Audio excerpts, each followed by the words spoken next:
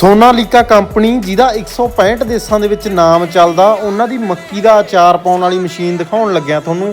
ਸਭ ਤੋਂ ਵੱਡੀ ਗੱਲ ਵੀ ਚੋਕ ਤਾਂ ਹੁੰਦੀ ਨਹੀਂ, ਇਹ ਚੋਕ ਤਾਂ ਭੁੱਲ ਜਾਓ, ਕਿਉਂਕਿ ਇਹਦਾ ਫਲਾਈ ਵੀਲ ਆਮ ਮਸ਼ੀਨਾਂ ਦੇ ਮੁਕਾਬਲੇ ਬਹੁਤ ਵੱਡਾ, ਤੇ ਇਹ ਨਾ ਤਾਂ ਚੋਕ ਹੋਵੇ ਤੇ ਫਲਾਈ ਵੀਲ ਵੱਡਾ ਹੋਣ ਦੇ ਕਾਰਨ ਕੀ ਆ ਵੀ 4 ਤੋਂ 5 ਲੀਟਰ ਤੇਲ ਇਹ ਬਚਾ ਕੇ ਦੇਊਗੀ ਕੰਪੀਟੀਸ਼ਨ ਦੀ ਮਸ਼ੀਨ ਦੇ ਮੁਕਾਬਲੇ। ਇਹਦਾ ਜਿਹੜਾ ਬੂਮ ਹੈ ਤੁਸੀਂ ਉਹ ਦੇਖ ਲਓ ਵੀ ਬੂਮ ਨੂੰ ਸਪੋਰਟ ਕਿੱਡੀ ਵੱਡੀ ਲੱਗੀ ਹੋਈ ਆ। ਰਹੀ ਗੱਲ ਸਪੇਅਰ ਪਾਰਟ ਦੀ, ਸਪੇਅਰ ਪਾਰਟ ਨਹੀਂ ਮਿਲਦਾ ਕਹਿੰਦੇ ਹੁੰਦੇ ਹੋ, ਰਾਮਪੁਰੇ ਫੂਲ ਦੇ ਵਿੱਚ ਇੰਨਾ ਸਪੇਅਰ ਪਾਰਟ ਪਿਆ 3-4 ਮਸ਼ੀਨਾਂ ਤਿਆਰ ਕਰ ਦੇਣਗੇ।